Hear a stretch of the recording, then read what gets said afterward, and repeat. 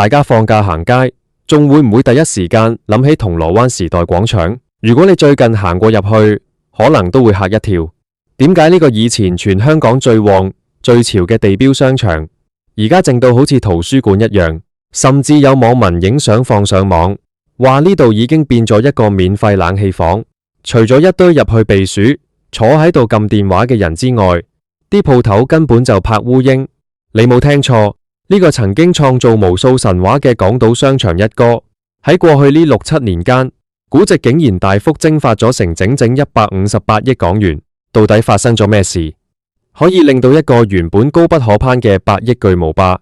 行到今日呢個地步？而背後折射出嚟嘅又係點樣一個關於地產霸權、消費模式轉變同埋時代終結嘅終極死局？今日我同大家一層一層剝開，睇清楚呢個香港核心商業區沒落嘅殘酷真相。講起時代廣場，只要係喺香港生活過，甚至只係嚟過旅遊嘅朋友，都一定會有印象。當年每逢除夕夜，電視新聞一定會直播時代廣場蘋果倒數，成千上萬人逼爆羅素街同麥地臣街，熱鬧程度直逼紐約時代廣場。嗰個時代嘅時代廣場係身份同潮流嘅象徵。羅素街曾經連續好多年蟬聯全球最貴零售街道嘅寶座，鋪租貴到連紐約第5大道都望塵莫及。一間幾百尺嘅鋪位，月租可以叫到幾百萬。當時九龍倉集團手持時代廣場同尖沙咀海港城呢兩隻生金蛋嘅雞，每年單係收租都收到手軟，幾百億咁賺。但邊個會諗到，嚟到2026年嘅今日，當我哋再行入時代廣場，見到嘅唔再係人山人海，亦唔再係各大名牌大排長龍嘅盛況，而係一層接一層嘅圍板同埋空空如也嘅鋪位。根據最新嘅財務數據顯示，時代廣場嘅零售業務收入已經由2024年度嘅大約11億港元急跌到2025年度嘅9億港元，短短1年之內跌幅就接近18%。而如果將時間線拉長，成個物業嘅資產估值更加係喺短短7年裏面憑空蒸發咗158億港元。呢個數字係咩概念？等同於每日一開眼，商場價值就無端端冇咗幾百萬。就連九龍倉置業嘅主席吳天海喺面對分析員嘅時候，都不得不公開承認時代廣場自身有缺點，有硬傷需要檢討，能令到一向心高氣傲嘅地產巨頭低頭認錯，證明問題已經嚴重到無法掩蓋嘅地步。咁到底呢個8億地標係點樣一步一步淪為大家口中嘅免費冷氣房？首先，我哋必須要講講佢最致命嘅第一個硬傷。商場內部設計嘅嚴重老化同埋動線落後。如果你經常去行街，你會發現時代廣場雖然好大，層數好多，但佢嘅空間感其實好壓迫。成個商場好似一個直立式嘅巨型火柴盒，垂直高度非常高，但每一層嘅實用面積其實相對狹窄。以前商場好依賴一步步直通頂層、食通天的子彈電梯去帶動人流，但隨住消費習慣改變，而家嘅客人根本唔想好似坐過山車咁，一下子被送到10幾樓，然後再慢慢逐層落返嚟。加上時代廣場內部嘅採光同空間規劃依然保留住90年代嘅風格。對比一下隔壁由希慎興業發展嘅希慎廣場，人哋一早已經進行咗大規模嘅革新，仲引入咗全港首個商場內嘅潮流地標，引入大量迎合年輕人、中產階層嘅特色餐飲同文創鋪頭。相反，時代廣場嘅格局幾十年如一日，你行入去見到嘅依然係一格格好傳統、好冰冷嘅名牌店面。當依家嘅年輕消費者追求體驗式消費，希望行街之餘可以影客相、打客卡、感受客生活美學嘅時候，時代廣場卻依然像一間嚴肅嘅高級百貨公司。結果就係年輕人同新一代消費者全部流失晒去對面嘅希慎廣場，甚至係灣仔、銅鑼灣其他更有特色嘅小店區。時代廣場只剩低空曠嘅走廊、亮麗嘅雲石地板，同埋喺度嘆免費冷氣嘅公公婆婆。第二個原因係時代廣場最引以為傲嘅中產同高端定位完全失效。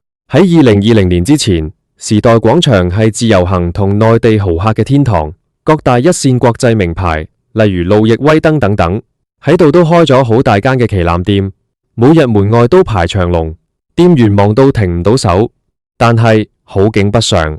去到2020年1月，傳出路易威登因為租金談判破裂，決定關閉時代廣場分店嘅消息。呢個決定可以話係推倒了第一張骨牌。隨後成個商場出現咗退租潮，去到2020年3月，場內甚至一度出現至少26間空置鋪位，好多黃金位置都只能夠用臨時嘅綠色圍板封住。呢個退租潮嘅根源在於時代廣場背後嘅地產霸權思維。長期以來，香港嘅大業主都習慣咗高租金、高回報嘅運作模式，在佢哋眼中，羅素街同時代廣場就係世界中心，你不租，大把人排隊租。但佢哋忽略咗成個世界嘅零售格局已經徹底改變。以前內地遊客嚟香港係為咗買名牌、買奢侈品，因為有差價，而且香港款式最齊。但依家呢，內地海南島免稅店開到成行成市，各個一線城市嘅名牌旗艦店，無論服務定裝修都好過香港。而家嘅內地遊客嚟香港，追求嘅係特種兵旅遊，係要去麥當勞度影張相，去堅尼地城睇客海，去冰室食個菠蘿油，進行深度嘅文化體驗。佢哋根本唔再需要山長水遠嚟銅鑼灣排隊買手袋。當最大嘅消費群體變咗，時代廣場呢類主打名牌嘅高檔商場，瞬間就失去咗靈魂。如果佢哋肯及時調整定位，引入一啲貼地、大眾化或者係本地人中意嘅品牌，或者仲有得救。但問題係，地產商嘅債務同資產估值係同租金收入直接掛鈎嘅。如果大業主肯減租，去招攬一啲利潤較低嘅生活百貨、特色餐飲或者本地手作店，咁商場嘅整體租金收入就會大幅下跌。一旦租金收入下跌，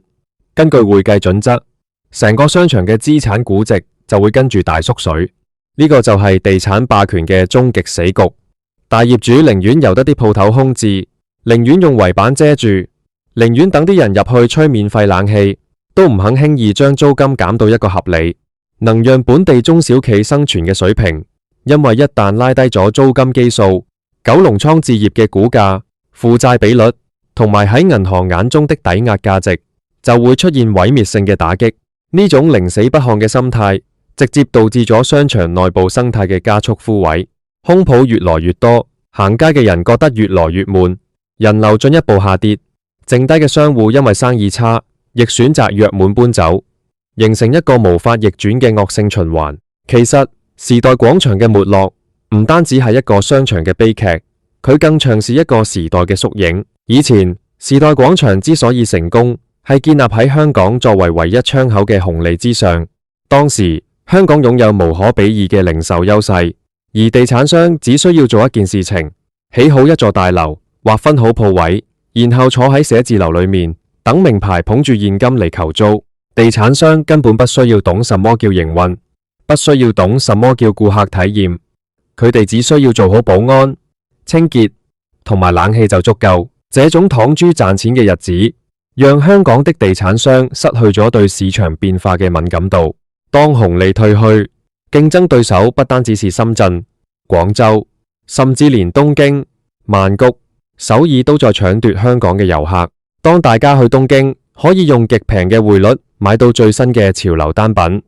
去曼谷可以享受超一流嘅商場設計同餐飲服務時，香港嘅商場卻依然依賴住幾十年前那一套高租金、名牌化、倒模一樣嘅模式。如果你最近有去過深圳，你會發現人哋嘅商場規劃真係領先緊香港，大片大片嘅綠化空間，半開放式嘅街區設計，各種新奇有趣嘅旗艦店，甚至連寵物都可以自由出入。反觀香港嘅商場，基本上行行去都係嗰幾間連鎖金行、化妝品店同埋貴到離譜嘅連鎖餐廳。喺時代廣場，你連張凳坐，客都要俾保安望實。在這種高壓、單調而且昂貴嘅環境下，香港人點解放假唔選擇北上消費，反而要留喺銅鑼灣行呢個免費冷氣房？地產霸權曾經係香港經濟繁榮嘅推手，佢將香港建設成一個高度發達嘅現代都市。但嚟到今日，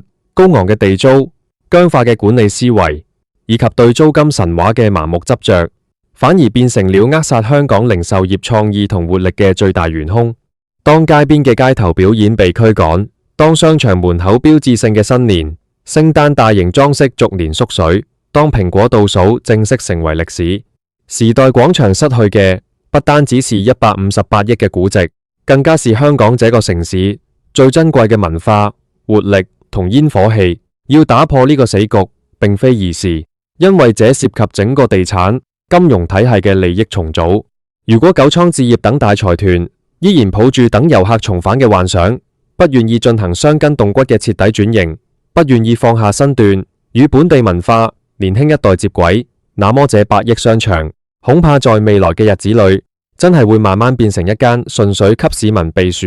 避雨、吹冷氣嘅社區康樂中心。好了，今日嘅深度剖析就到這裏。看住昔日繁華嘅時代廣場變成今日咁樣，你又點睇呢？你覺得香港嘅商場仲有冇機會重現以前嘅輝煌，定係地產霸權嘅死局已經無藥可救？歡迎大家喺下面留言，話我知你嘅睇法。我哋下一條片再見，拜拜。